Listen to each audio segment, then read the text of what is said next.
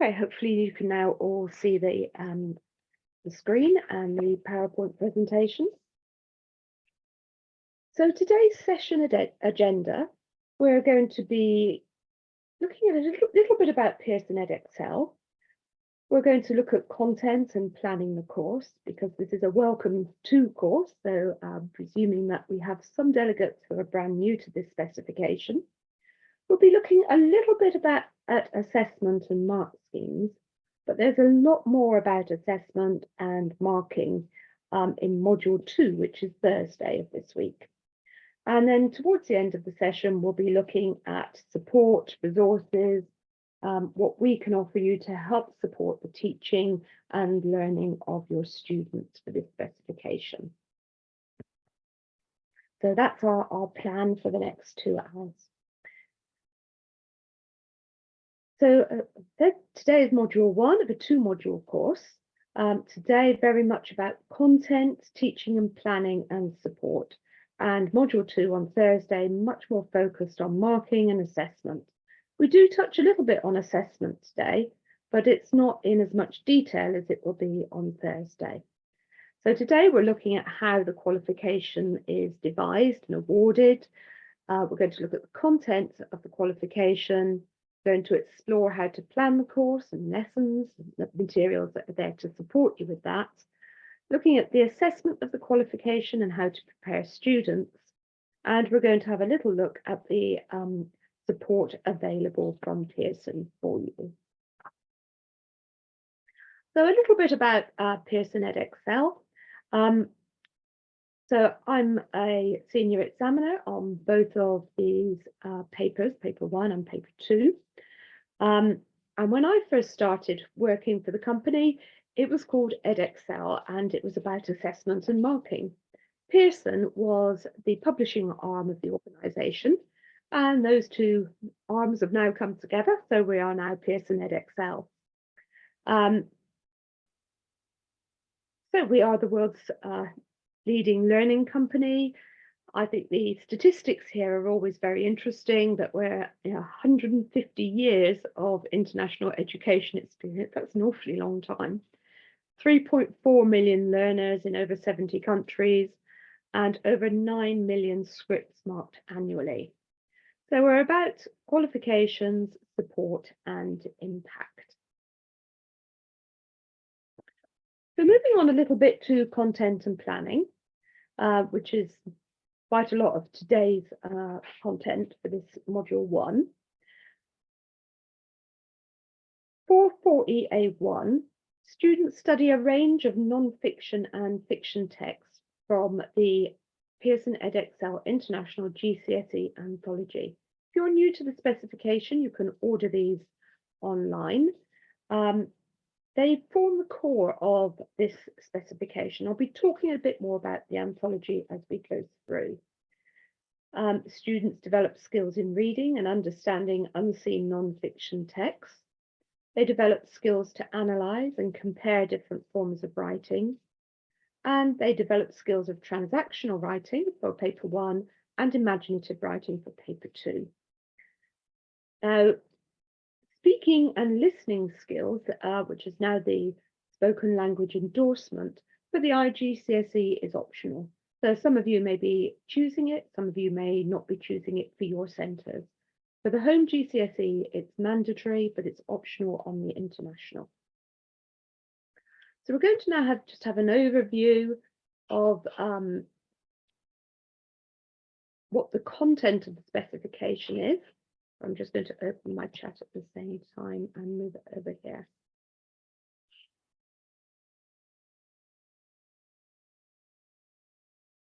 So component 1, paper 1, is non-fiction text and transactional writing. And it's the more heavily weighted paper. It's 60% of students' final grade. It's a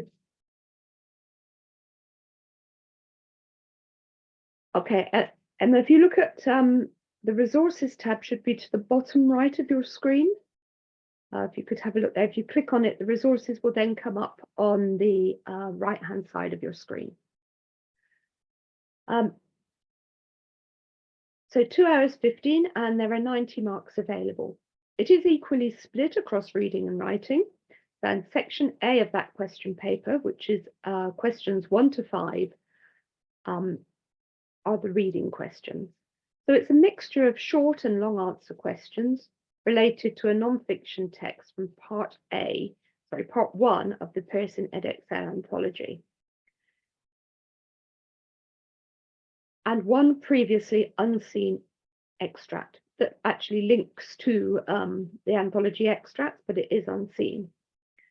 And then section B is writing, it's transactional writing. It's 1 45-mark writing task. There are 2 assessment objectives, and we'll be looking at the marking grids later on. They'll be given an audience, form, and purpose for that. And they will have a choice of 2 questions. So we'll see that as we go through. Then there's a choice of either the written paper, paper 2, component 2, or the coursework. So if you're thinking about that, you might want to just pop into the text chat there, whether you're thinking of going down the exam route, so paper 1 and paper 2, or whether you're thinking of going for coursework, which is paper 1 and coursework paper 3. Paper 2 and coursework mirror each other. So on the question paper, section A is 1 30-mark essay question on a poetry or prose text from part 2 of the anthology, which is 30 marks. And assignment A, as we can see there, is poetry and prose text, 1 30-mark question based on any 3 poetry or prose texts from part 2 of the anthology. And that must be at least 1 poetry and at least 1 prose. And then for paper 2, section B, it's imaginative writing, 1 30-mark task from a choice of 3. And assignment B, if you're going down the coursework route, is 1 30-mark imaginative writing task. So just a note on that the coursework has recently changed to 3 texts. It was 2 texts and a commentary. Now it's 3 texts.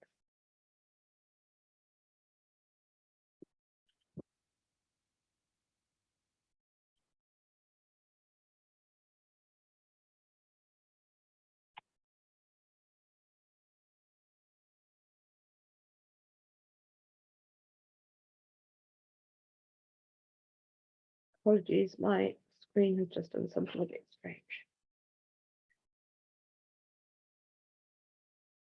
Okay, so the spoken language endorsement, we're not actually covering this today, but there are 2 sets of, I suppose we might call them benchmark or specimens, that are on the website. And Claire Haviland does have some useful webinar resources on this. So it's a presentation. It can take a variety of forms. It can be a speech or a talk by a student, followed by questions from the audience. It can be a formal debate or dialogue, such as an interview, where the student is able to prepare extended responses to questions or prompts, which have been shared in advance, followed by questions from the audience. In all cases, the presentation should be prepared and last no longer than 10 minutes. So a little bit about the specification and the SAMs. The SAMs are the sample assessment materials. The specification is obviously the key document here, and the one we're working with at the moment is issue 6. And that document is SO3 in the download pack.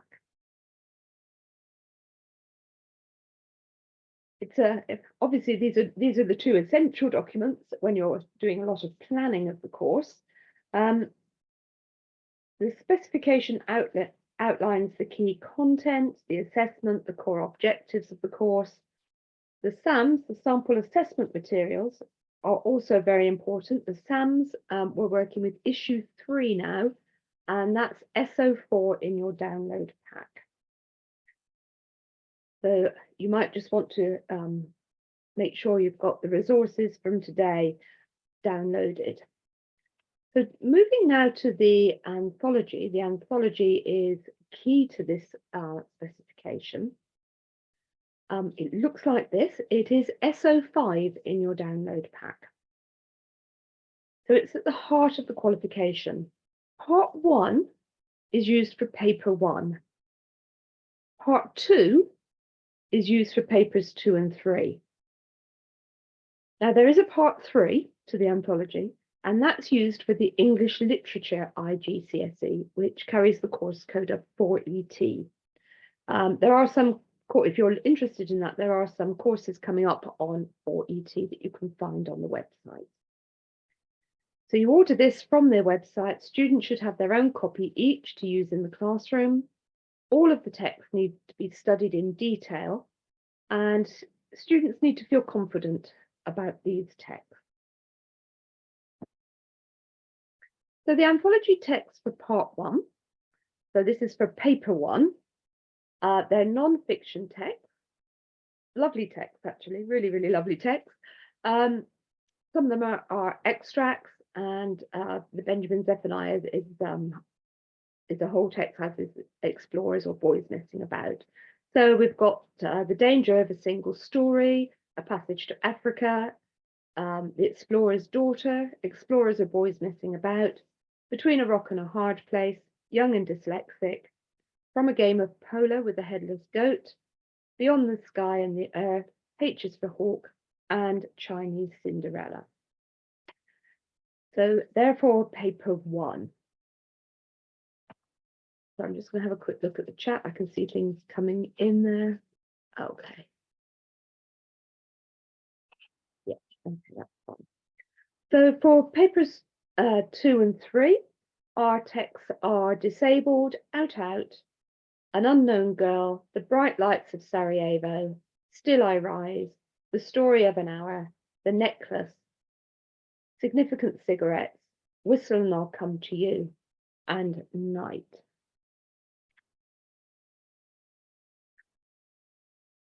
So those are the poetry prose texts for paper 2 or for the coursework. So if anybody's already teaching these texts, you just might want to pop in the text chat any hints and tips, I suppose, because this is an opportunity to share good practice, any hints or tips you've got for teaching those. So we'll just give you a moment to see if anybody wants to pop anything into the text chat. We are a very small group today, so it may be that we don't have anything coming in, but you just might want to share something there.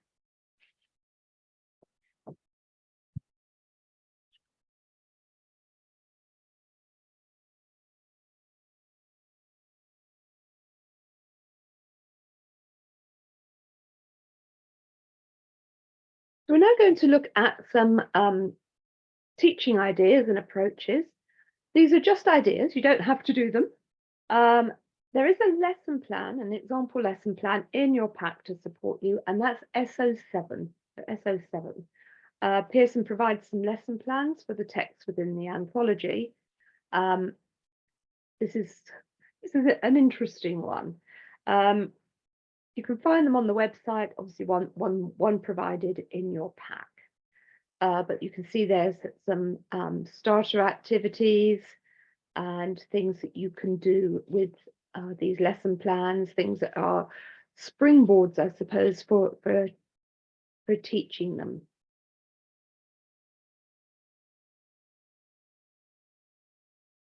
Okay, and I can see that you can't locate the resources. If you go to the resources, oh, you've got no resources tab on your Zoom app.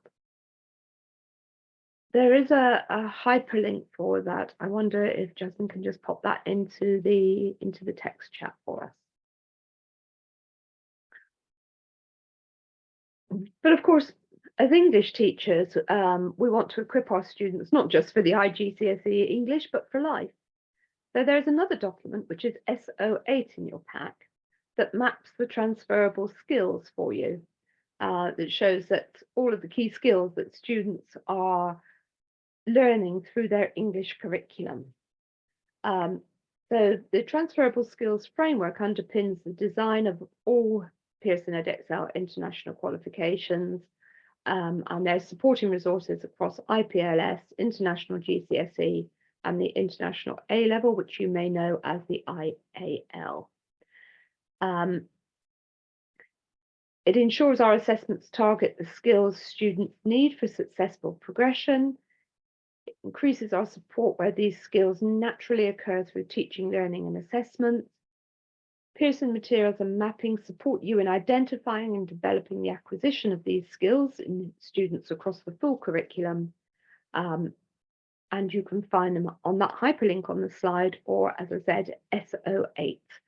Thank you very much, Jasmine, for popping that hyperlink there with all the resources for today. That's great. Okay, a little bit about approaches for unseen text, because as well as looking at the anthology for paper 1, students need to look at an unseen extract for that same paper. And this can be a challenging part of the exam for students as they're reading text that they haven't been taught. They have to show that they understand the text for the short answer questions, but also for question 5, they need to be able to compare the writer's ideas and perspectives in the anthology text that they know and they've been taught, and the unseen text. So we really need to build their confidence in tackling unseen text. They need to be able to trust their own interpretation of a text, as well as recognizing and supplying the evidence to support that interpretation. So thinking about the unseen text, this slide is actually from the specification. The text types should include a range of non-fiction texts, such as journalism, articles, reviews, speeches, journals, reference book extracts. Text type should also include literary non-fiction texts, such as sections from autobiography, letters, obituaries, travel writing, but that's not an extensive or exhaustive list. Texts that are essentially transient, such as instant news feeds, advertisements, will not form part of the assessments. So thinking about where to find these unseen texts, obviously everything in the anthology is unseen the first time your students see it, but you might have some ideas here about where to find unseen text. And again, if anybody's got any good practice, please pop it into the meeting chat. But you can look at the past papers. They provide you with text from past examination series, and then you've got mark schemes and questions as well. And I should also talk here about, for this qualification for EA1, sorry, in all of the exam series, there's also an R paper. Now, you might see this if you've been having a look around the website. So we have 4EA1 and 4EA1R. And if you don't know about the R paper is the regional paper. Because this is an international paper and it's got fixed times for students to do it, obviously we can't be asking our students in the Far East to take the exam at the same time as students in the UK or Europe.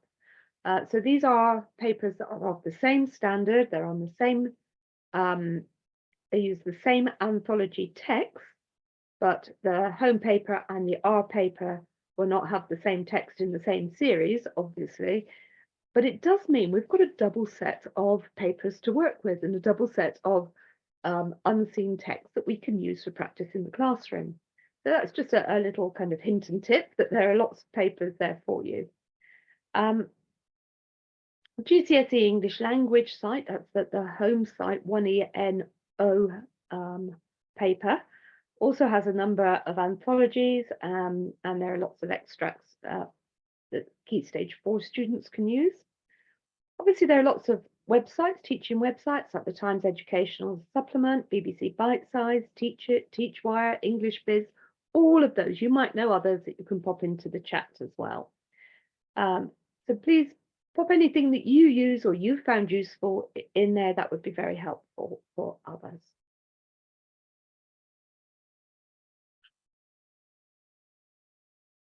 So students need to be encouraged to develop dynamic reading skills through all their reading.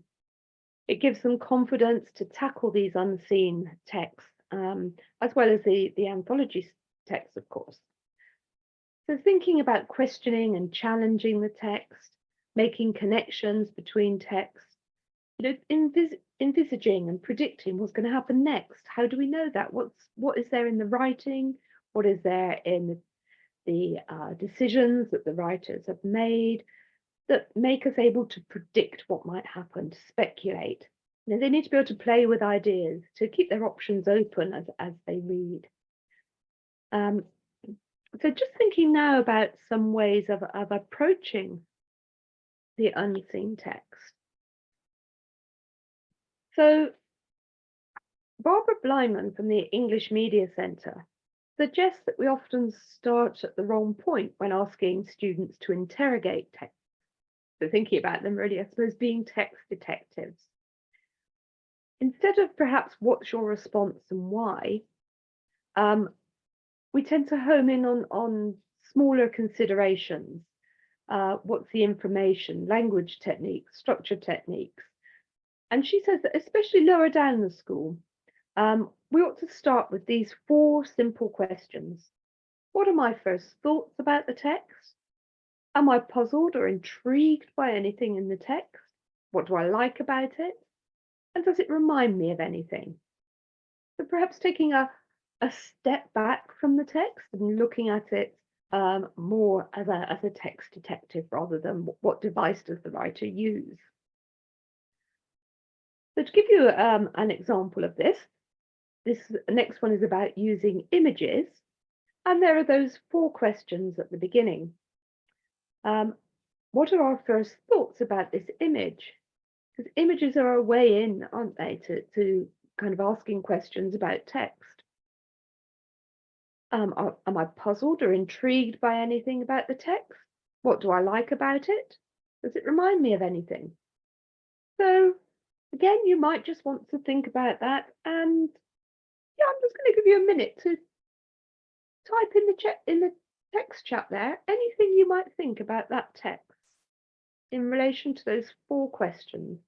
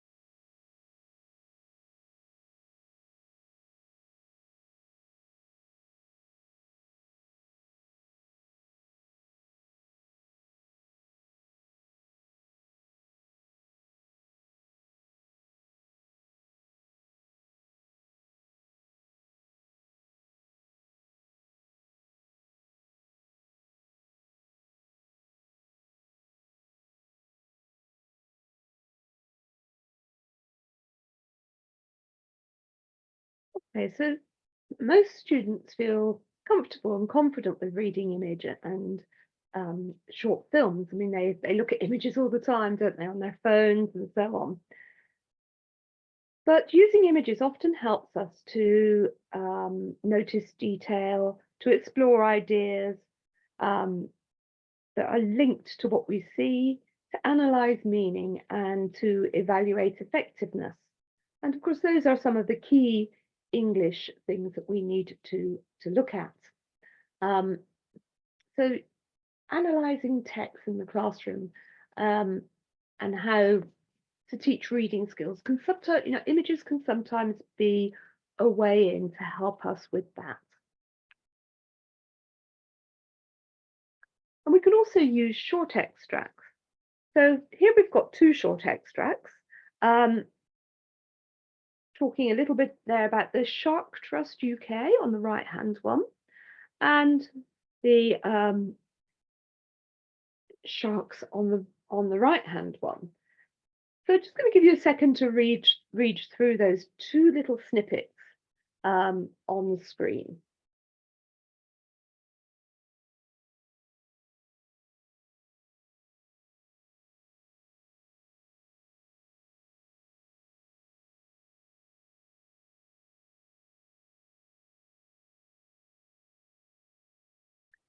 So this one is a nice opener for students. You know, the extracts don't have to be long when we're starting off with this.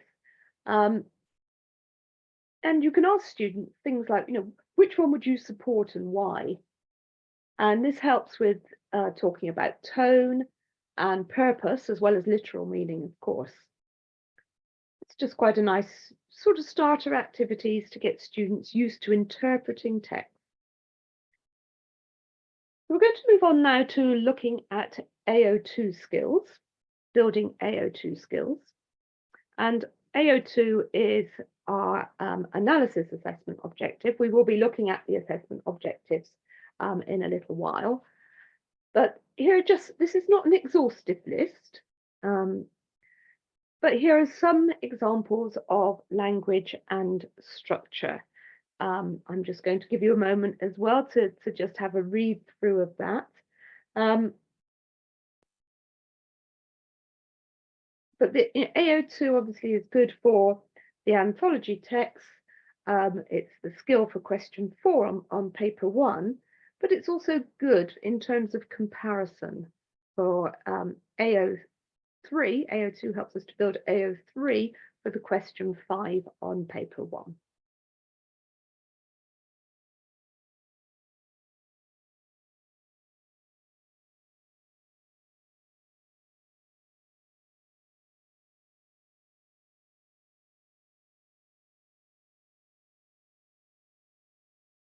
So thinking for a moment about comparison, we're just working our way through the skills for our paper, and how to approach the comparison.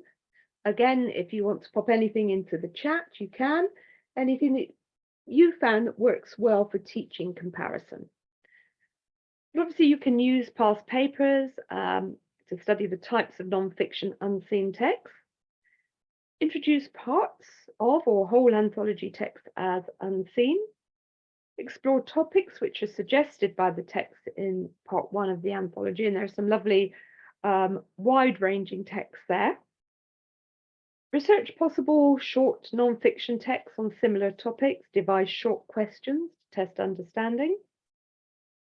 Devise a linking analytical question. Obviously use the past papers or the R paper, and think about themes or issues of both texts and devise comparative questions there. Anything you would use, please, as I said, pop into the text chat there.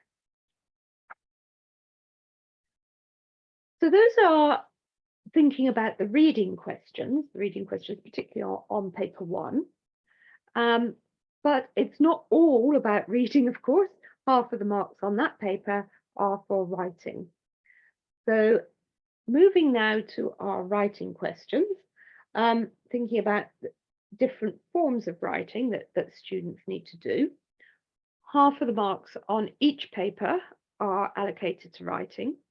Students are required to write one piece of transactional writing as part of paper 1.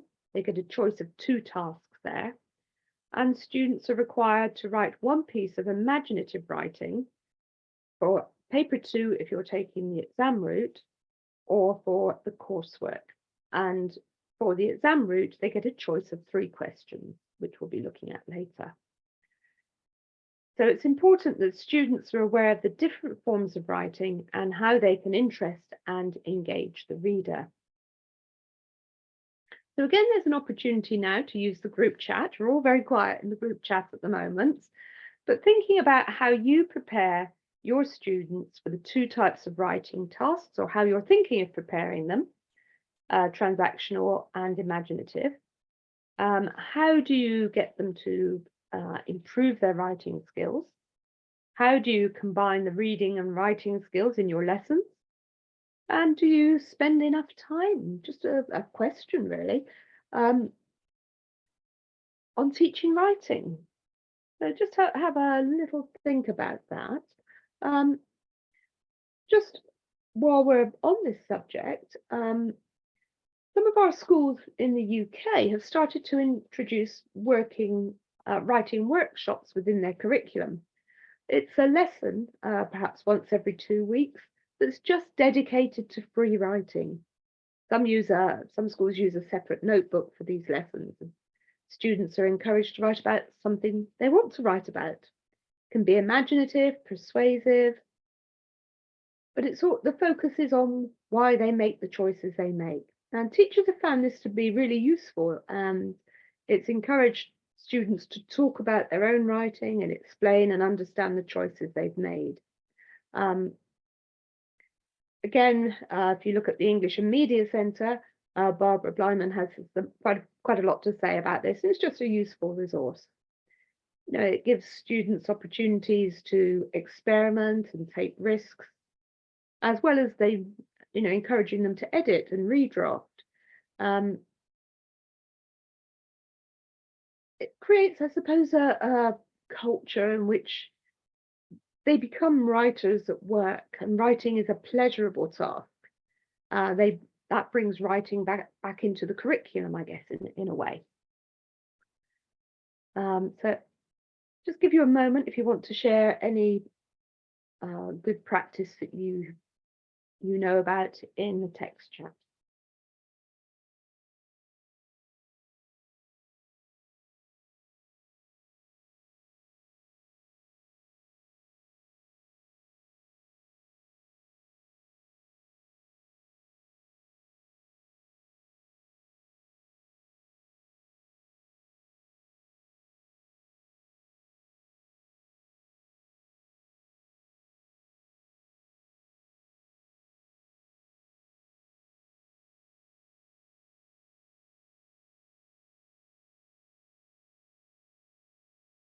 Okay, we're going to move on now to think about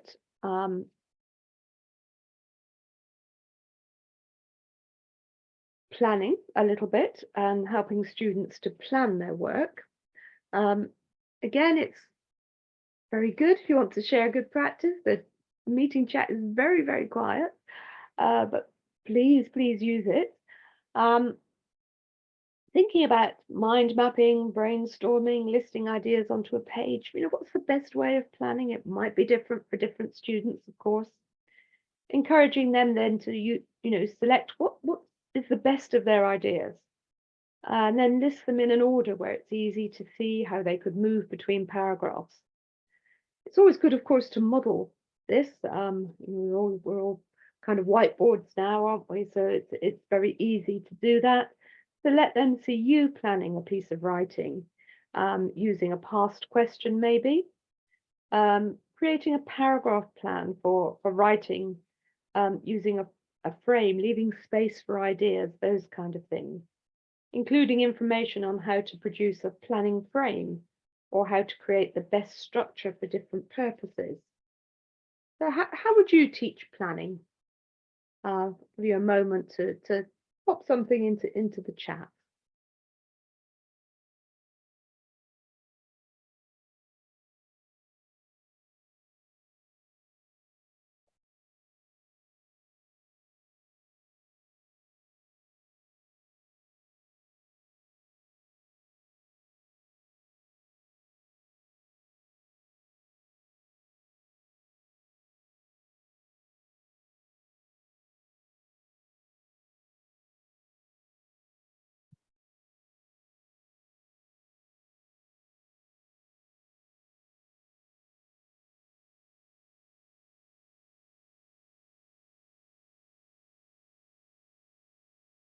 Okay, that's a great idea, Yasmin. Thank you. Yeah, working backwards. So students look at an example response and sort of deconstruct it. Yeah, thank you for that.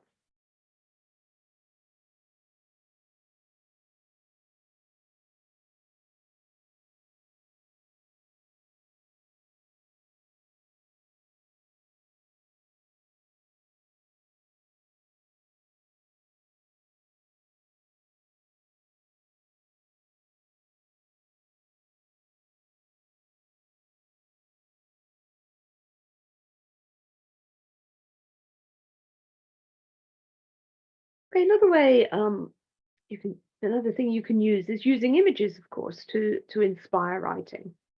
Um, yeah, the World Cup or even the Six Nations. Yeah, modern scenarios. Yeah, that's a good idea as well. So, this one is who eats from these fridges? That kind of activity asks for adjectives and names, some dialogue for reactions. What do you think? Fridge one, fridge two, fridge three. Who do they belong to? Have a go. Type in the text chat. See what you think.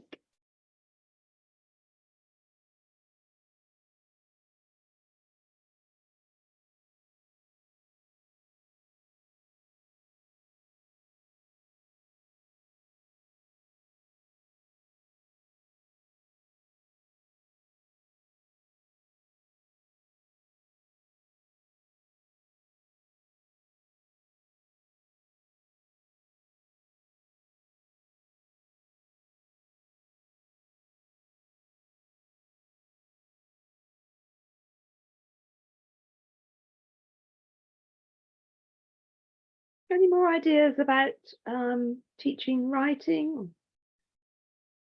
Anybody else want to add to the chat?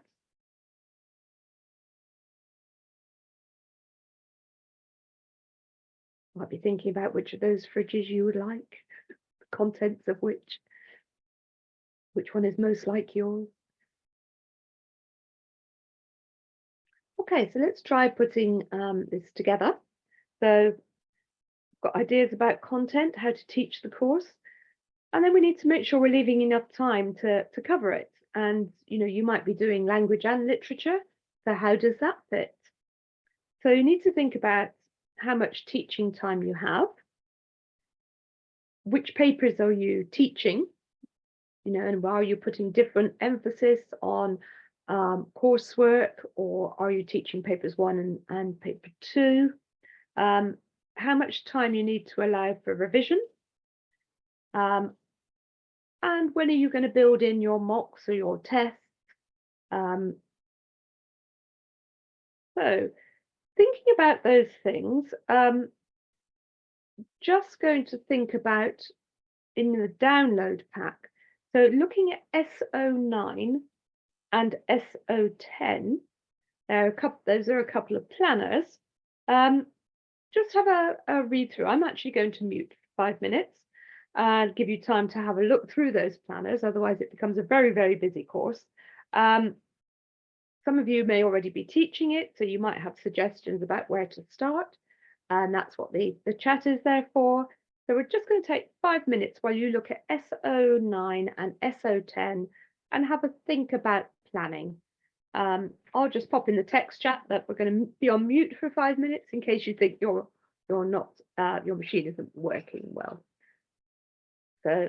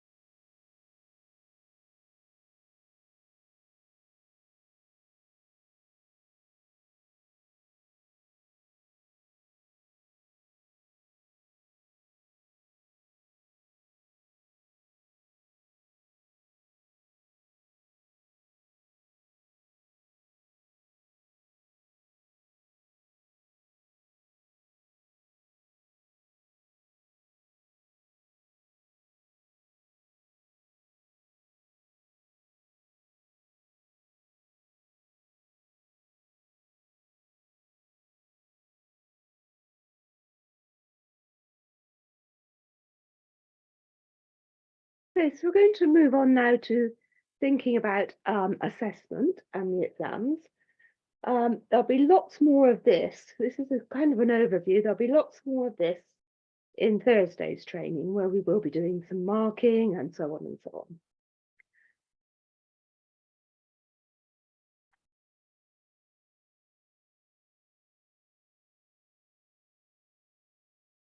So a little introduction to assessment.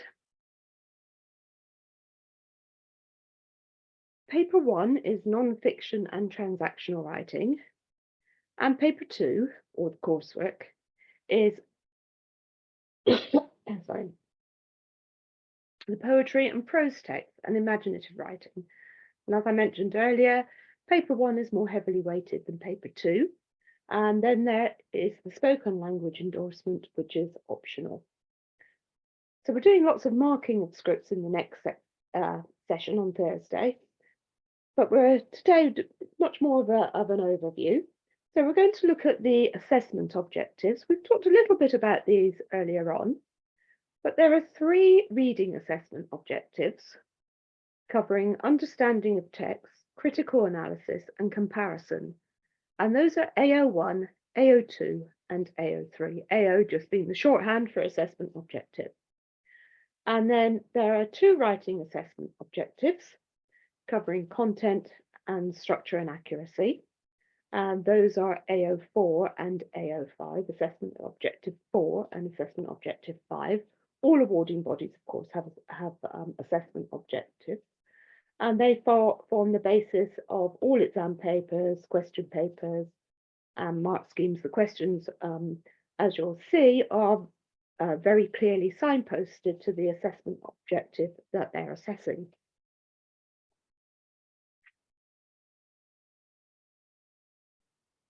So the assessment objectives with their weightings are here.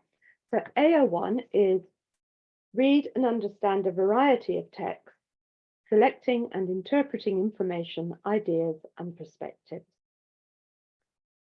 AO2 is understand and analyse how the writers use linguistic and structural devices to achieve their effects. AO3 is explore links and connections between writers' ideas and perspectives, as well as how these are conveyed. AO4, so those are the 3 reading assessment objectives. AO4 and AO5 are the 2 writing assessment objectives. So AO4 is communicate effectively and imaginatively, adapting form, tone, and register of writing for specific purposes and audiences. And AO5 is write clearly, using a range of vocabulary and sentence structures with appropriate paragraphing and accurate spelling, punctuation, and grammar. And then AO6, if you're doing it, is the spoken language endorsement, which of course doesn't form part of the final grade, but does appear on the front of the certificate as an endorsement at either pass, merit, or distinction. So it might be useful here to make sure you've got the question papers near you.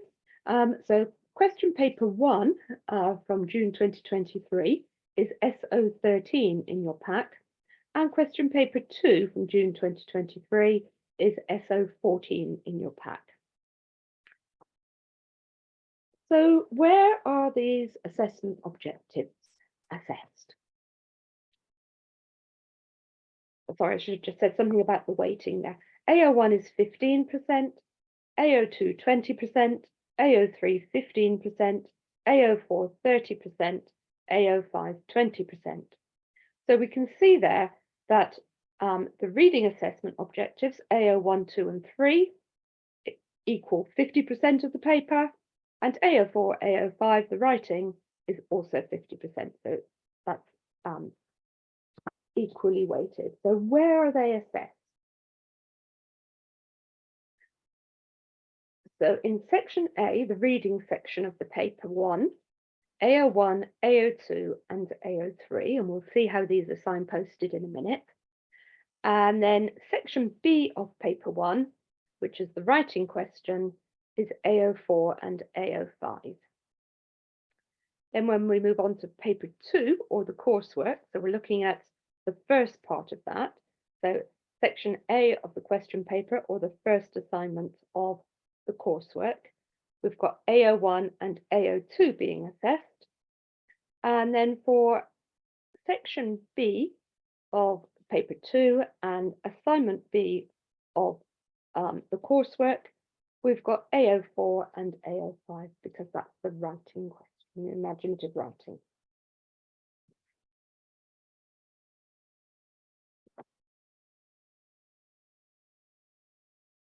And you can see that AO3 that's the comparison assessment objective, is only in paper 1.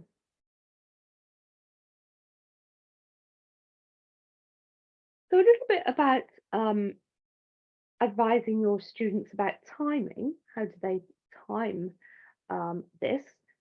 Just might be something, if you're already teaching it, that you might want to, there is no right answer to this, of course. 2 hours, 15 minutes is what students have available here. We get quite a lot of questions from teachers about this. No right or wrong approach. Number of two texts to read, one that they know from the anthology, one unseen. There are 6 questions here, 5 reading questions and 1 writing question. There are 2 sections, 90 raw marks. Having a look at SO13, which was the paper 1 from June 2023, have a little look and think about how you would advise your students to split their time. If you've got any ideas, pop it in the text chat, but I'm just going to be quiet for a few minutes while you just have a look through the paper. Training is an ideal time, of course.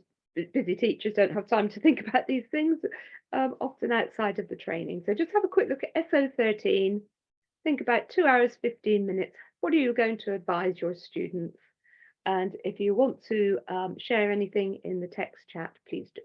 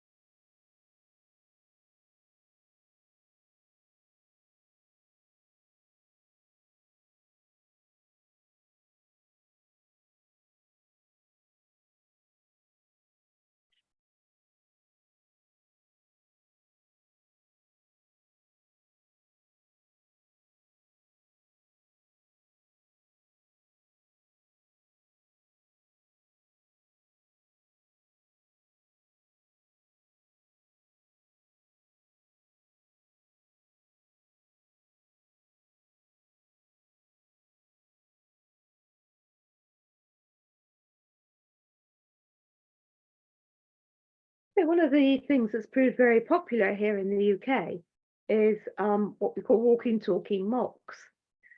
And this is where students sit in the same exam room, hopefully where they'll be doing their exam, um, and if possible in the same seat. Um, and they're given exam paper, which is as close to being like the real thing as possible. So if you can, the whole writing booklet as well. And they're literally talked through every question on the paper. So somebody leads the session, often with a mic, um, and says, that even the smallest steps. So underline the keywords, underline compare, underline analyze, underline language and structure, whatever it is. And then you hope, the whole idea is, isn't it, that they remember that. So they write their response in those timed conditions with the amount of time that you've discerned that is best for your cohort. And then you hope that when they take the real thing, they remember that moment. Oh, how do I do this question? Oh yeah, I underline the keywords and so on. Just offer it to you because it's proved very, very popular here. Okay, so we're going to move on now. We're going to talk about the AO1 questions. So at this point, I'd like you to find SO14 and SO16, which are the mark schemes for paper 1 and paper 2.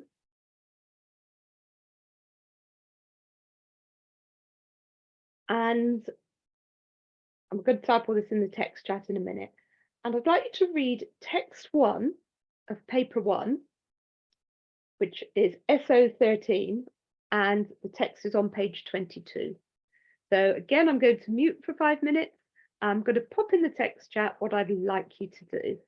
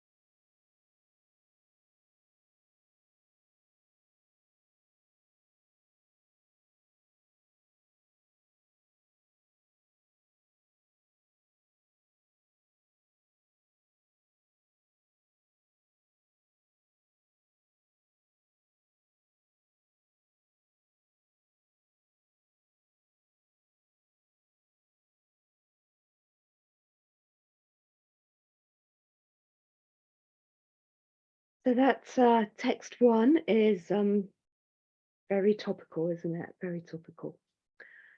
And here are a couple of answers. This question is retrieval. So there are definite answers for it. And so there's no levels-based mark scheme here. So if we look at the first one, David not wants to help people. And David not likes the thrill of working in the war zone. And we can see that both of those are in the mark scheme. So answer 1 gets 2 marks. There are 2 appropriate quotations here. They've been selected. They're clearly set out in the space provided. Answer 2, where the student has put trouble and terrible places. If we look at that carefully, trouble is not in the line reference.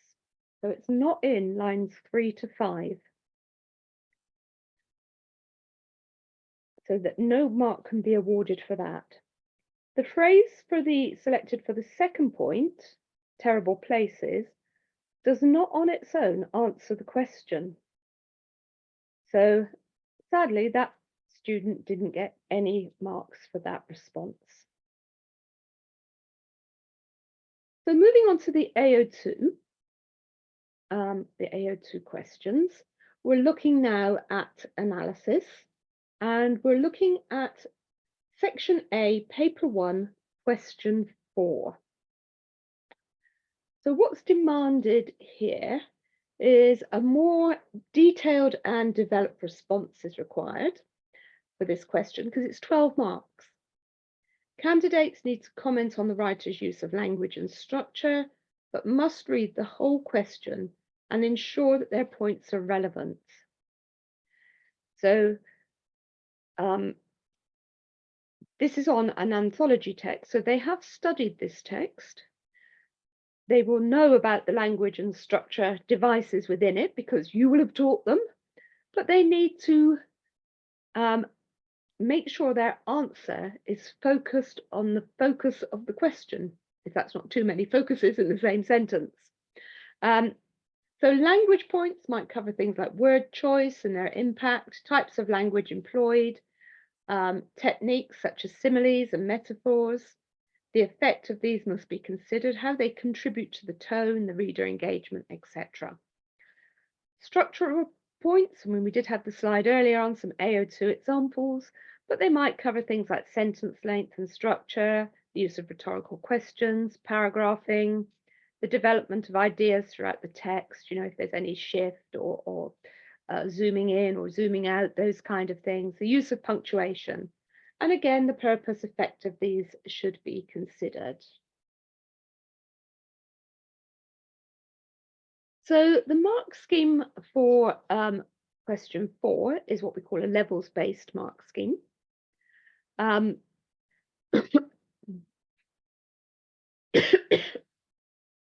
So the mark scheme will have indicative content, and the indicative content is very specifically linked to the question. But it is indicative, it is just an indication of what students might write. It's not a checklist. We'll obviously be doing a lot more on mark schemes in Thursday's training. But if we look at this, we can see how we're looking at basic in level 1, basic identification, little understanding of the language and structure, and limited quotations, references. In level 2, we're looking at some and comments on those language and structure devices. The references would be valid but not developed. When we get to level 3, we're looking at clear understanding and explanation. So if we look at how these move up, we've moved from comment to explanation. And the references are appropriate to the points being made. When we move to level 4, we're looking at thorough understanding and exploration. And then the references are detailed and appropriate. And up in level 5, we're looking at the understanding being perceptive and there being, true analysis of the language and structure features and discriminating references. We'll be looking a lot more at this on Thursday, but we're just giving you a bit of an overview as we go through today. So that's AO2. It's our analysis of language and structure assessments objective. And this is an extract from a level 5 response. So in your delegate book, the delegate download, which is SO2, I'm going to give you a little bit of time to read through the script for this one. It is level 5. SO2, just have a read through of that and see what you think. Using that levels base mark scheme, we're looking in the top range of 11 to 12. We're not asking you for a mark, we're just telling you that it's level 5 achievement here. And I'll give you a little bit of a comment on this when you've had a chance to read through.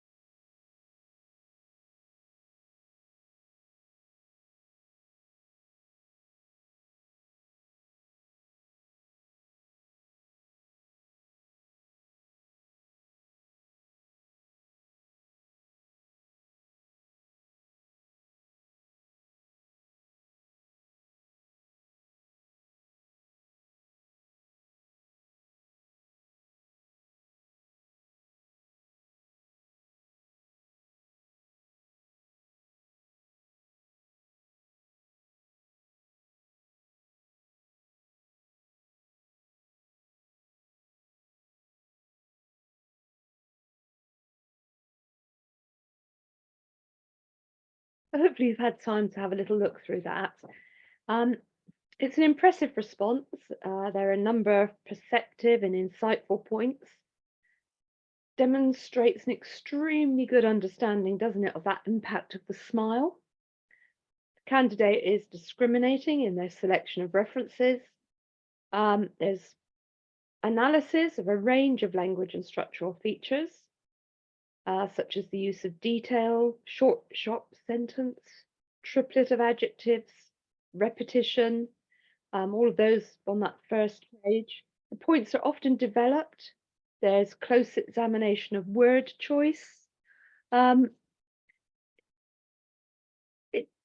kind of not only considers how Alagaya is moved by what he sees, but also looks at how the reader is affected by the way in which the piece is structured. So it did get full marks, fulfills all of level 5 really. What more could you expect? It's a very, very impressive response, isn't it? So hopefully you enjoyed that one. So that's a little look at AO2. As I said, there's a lot more of this kind of looking at hands-on assessment in Thursday's training. So moving on now to AO3. AO3, if you remember, is our comparison assessment objective. And it's assessed in paper 1, question 5, and that's the only place it's assessed. So if we have a look, on that June 2023 paper, and we're looking at the Alagaya against the unseen text. The question was compare how the writers present their ideas and perspectives about their experiences. Support your answer with detailed examples from both texts, including brief quotations. So thinking about AO3, comparison, in question 5, compare is the command verb, so it's a good idea to introduce comparative points right from the start. Candidates will be asked to compare how the writers present their ideas and perspectives, so need to consider the author's viewpoints, the attitudes, the thoughts, the opinions about what it is they're talking about. Candidates should look for points of both similarity and difference and support what they say with evidence from the text. And the indicative content section of the mark scheme for the specimen papers give a good idea of the kind of comments that candidates could make. And of course, for the mark scheme for 2023, what they could make for that particular question. So again, we're looking at the levels-based mark scheme here. And we can see that for this question, there is a bar at the top of level 2 where students can't go beyond a mark of 8 if they don't refer to both texts. So thinking about the mark scheme, we've got in level 1, there's no comparison. It would be descriptive, limited references. Then in level 2, we're thinking about obvious comparisons, some comments, valid references, and then we stop at a mark of 8 if there's only one text. Into level 3, a range of comparisons. And again, you can see how this second bullet point is a little bit like our AO2 mark scheme for question 4, because we're looking at explanation there of ideas and perspectives and references being appropriate. Up in level 4, a wide range of comparisons, and then that word again, exploration of writers' ideas and perspectives, including how theme, language, and/or structure are used across the text. And the references would be balanced across the two texts. Remembering, of course, that they will know one text better than the other because they've studied one. So we're looking at them, they're thinking on their feet for this unseen text here. And then in level 5, we're looking at varied and comprehensive range of comparisons, an analysis of writers' ideas and perspectives, and balanced references, discriminating, they fully support the points being made. So now we're going to look at an example of level 5 achievement. So again, I'll give you a few minutes to look through this. It is in your pack. This is just a screenshot of part of it. It's just an extract from it. So I'll give you some time to have a read of that, maybe 3 or 4 minutes before I give you some feedback on it.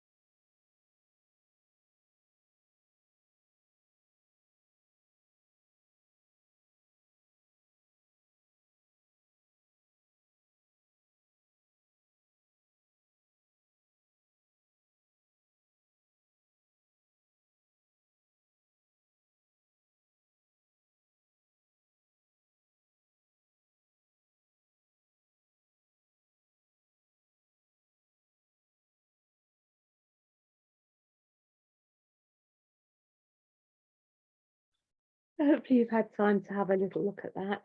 Again, a very nice response, isn't it? So the student has given us a clear plan. The candidate presents an extremely full and detailed response, really, with some excellent analysis of language and perspective. There are salient themes and ideas, carefully selected. You can see the student has really stood back and thought, what do I need to evidence?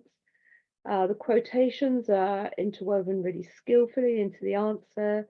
They always support the points being made. There's a varied and comprehensive range here. And this one did get 4 marks of 22 here. Very well deserved for this candidate. Okay, so that's taking us a little romp, if you like, through the reading section of paper 1. So we're just going to move on to AO4 and AO5 writing questions. So there are 2 levels-based mark schemes here. So I'm just showing you, because they wouldn't all fit on the slides, levels 4 and 5. So the first one there is for AO4 and the second one is for AO5, but I think we've got an idea now of how these levels work. We can see here that the first bullet point for the AO4 is on communication. So in level 4, it's successfully, perceptive and subtle in level 5. The second bullet point is in relation to the expectations of the reader and the focus on the purpose. So secure in level 4 and sharply focused in level 5. And the third bullet point is about form, tone and register. It's effective in level 4 and sophisticated in level 5. And if we move on to the AO5, we can see that the first bullet point is about managing the ideas and the structural and grammatical features used by the student, by the candidate, as we call them. So they manage it in level 4, they manipulate it in level 5.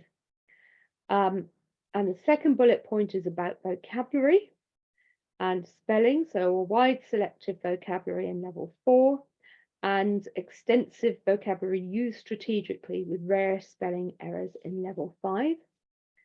A reminder, it doesn't have to be, everything doesn't have to be absolutely accurate to be able to gain 4 marks here.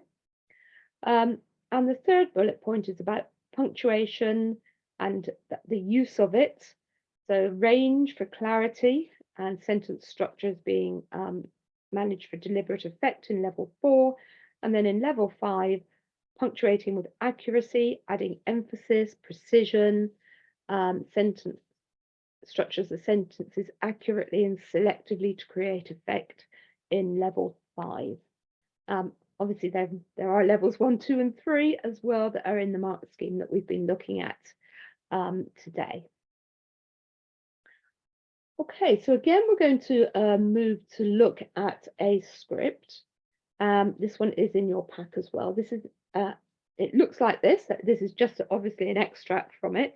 It's a level 5 achievement. It's on question 6. I'm going to mute. I'll pop in the chat what we're doing, because I'll give you a little bit of time. You're obviously now reading a longer response and looking at 2 different mark schemes, AO4 and AO5. So I'm just going to mute for a moment and put that task into the chat.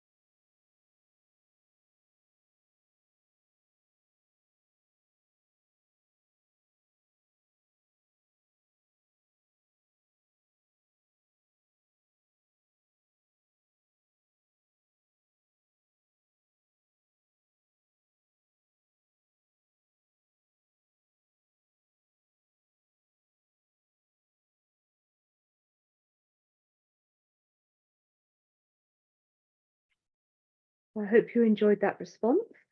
So this candidate opens with a question and provides a possible answer. It's a skillfully constructed start, isn't it? It's very assured and even sophisticated in places.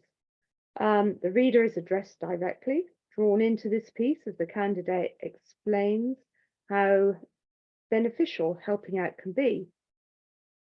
There are some light touches of humour with references to family in the English essay. Communication is perceptive, high quality of writing sustained really, and this one is firmly in level 5 for both AO4 and AO5. So that's a kind of run through of paper 1. Of course, one of the questions for you as centres is, do you do the exam route or the coursework route? So we're just going to talk a little bit about paper 2. So in paper 2, there are again 2 sections. Section A, which is poetry and prose. It's an essay question on one anthology text from part 2 of the anthology. AO1 and AO2 are assessed here, and there are 30 marks available. And then section B of paper 2 is creative writing. It's a creative response. AO4 and AO5 are assessed.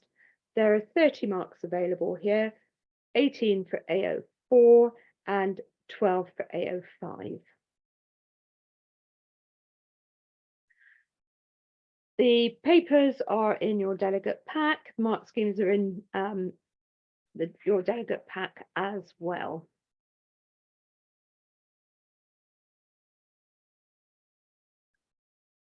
So this was the question from June 2023. How does the writer, question 1, how does the writer create sympathy for the boy in Out Out? Now, of course, remembering that students have studied these texts as part of their anthology, they will have studied all of the ones in this section in class. In your answer, you should write about how the saw and the boy's reaction to the accident are presented, how the other people in the poem react to the accident, and the use of language and structure. So some clear signposting there to the analytical assessment objective 2. You should support your answer with close reference to the poem, including brief quotations. So it's a scaffolded question. They've got some definite places to go with those bullet points, and we're told that they should write about. So that was the question for paper 2. So in the summer of June 2023, these were the writing questions. Remember, this is imaginative writing, and students just choose one of these tasks. Again, it's a 30-mark question. So the questions here for this for the June 2023 was, write about a time when you or someone you know met up with family or friends. Your response could be real or imagined. Your response will be marked for the accurate and appropriate use of vocabulary, spelling, punctuation, and grammar. So students are very clearly signposted to the AO4, and then in the italics, they're signposted to the AO5.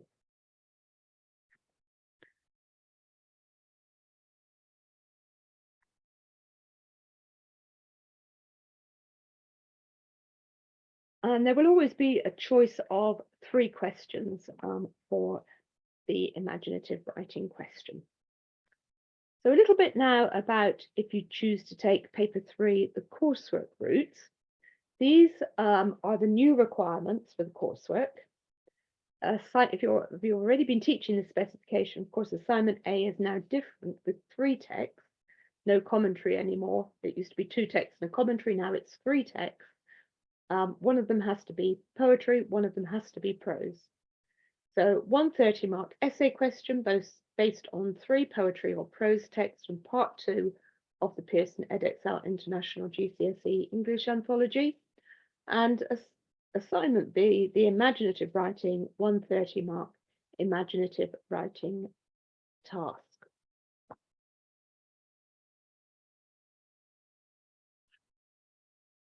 So this page, this is the screenshot from the sample assessment materials. You may want to look at this. These are the requirements for assignment A. This has been updated in the light of the change to the specification in the 6th version of the specification, the 3rd version of the SAMs, as we talked about at the beginning. So you can see here there's guidance for teachers. I'll just give you a minute to read through that. I won't read it all through for you. You can just have a read through and ask any questions about this in the text chat. So I'll just be quiet for a moment.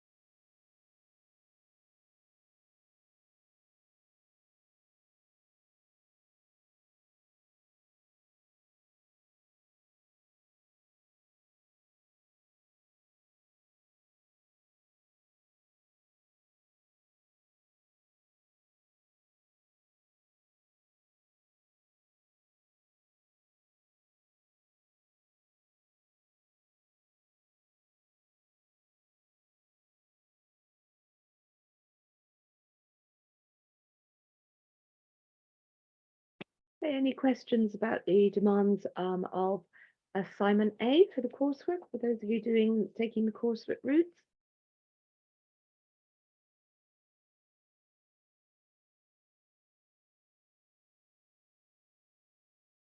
So this is a sample task for assignment A. Discuss how the writers use language and structure to present, and then you insert your chosen focus in anthology text 1, anthology text 2, and anthology text 3.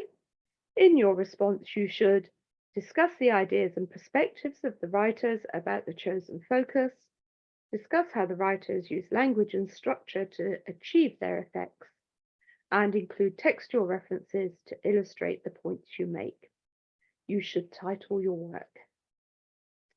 Okay, and that again is from the sample assessment material. So if you need to see any of this after today's presentation, then that's where you'll find them.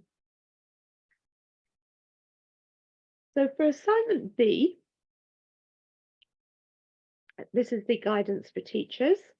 Again, this is taken from the sample assessment material, so you can access it after today's training. And I'll just give you a moment to have a little read through of that assignment B slide, the requirements and obviously the assessment objectives and so on.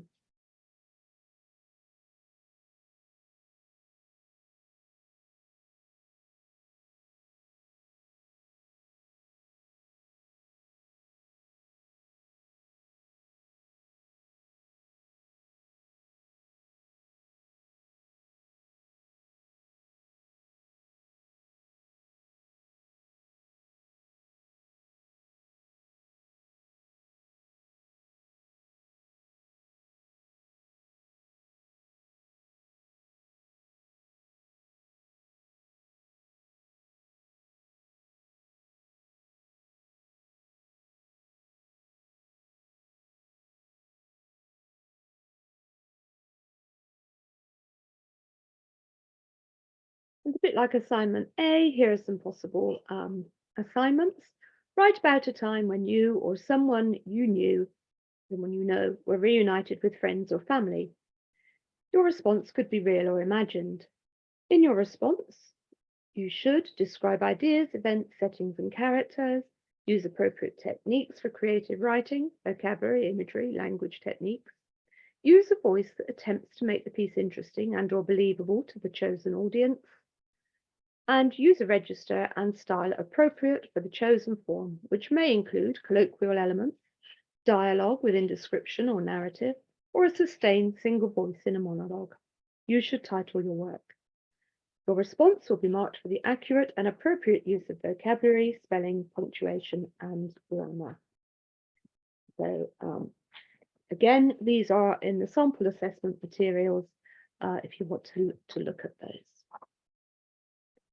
So the next slide is just a reminder of the spoken language endorsements and the demands of that. Again, this is taken from the sample assessment materials, and it will very much depend on whether or not as a centre you've made the decision to offer your students the opportunity of doing the endorsements or not.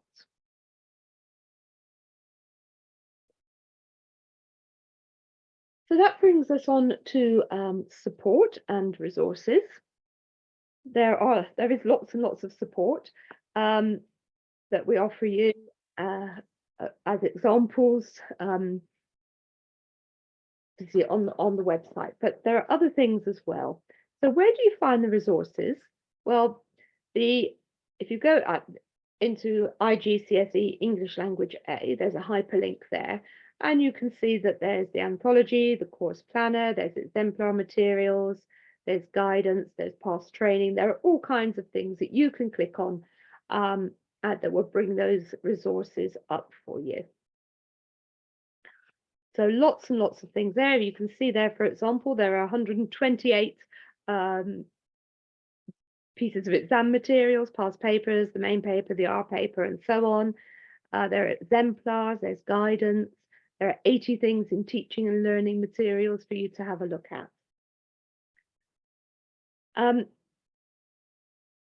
In terms of published resources, we are committed to helping teachers deliver the qualifications. There is a textbook, a student book, and a teacher book. You do not have to have these to be able to teach it, but we're just telling you that they are available. And that's the resource there that you can see. Then we have access to scripts, the ATS service. This is a free online portal which allows you on results day to see your students' exam papers, providing they've given you permission to do that.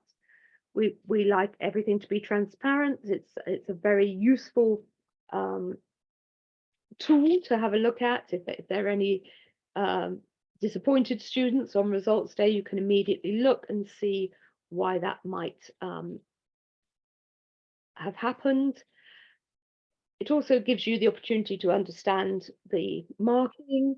It's an aid for teaching and preparing other cohorts. You can download everything from that portal. Then we have the platform known as Results Plus, which is a free results analysis tool. It allows you to look at your cohort and other cohorts in your country, other cohorts internationally, boys against girls, class against class, all kinds of things. It gives detailed breakdown of student performance. It might help inform teaching if your students, for example, are doing less well on comparison and much better on AO2, then you can kind of tweak your teaching. Yeah, all of the benchmarking against other schools, mock exam results can be fed into that. So lots and lots of things. There are schools can sign up via that hyperlink, but also you can look at how other schools have used it. There's some YouTube videos and things like that that you can look at. Exam Wizard is another platform. It's a free tool for teachers. It means you can go in and make your own exam papers. You can use the existing mark schemes. The most recent exam content is available on Exam Wizard before it's available on the general website. So it's just a very useful tool. Some of you may know Claire Haviland. Claire is our subject advisor for all things English, if you like. She looks after the home 1ENO papers, the international 4EA, specification A international, specification B international language, the 4ET international literature, and she looks after the international A level and the main A level as well. So if you've got any questions after today's training, She is the person to contact. There's her Twitter feed. Always interesting to see what she's reading. She does regular updates that you can access, little videos and things that you can access via the main website.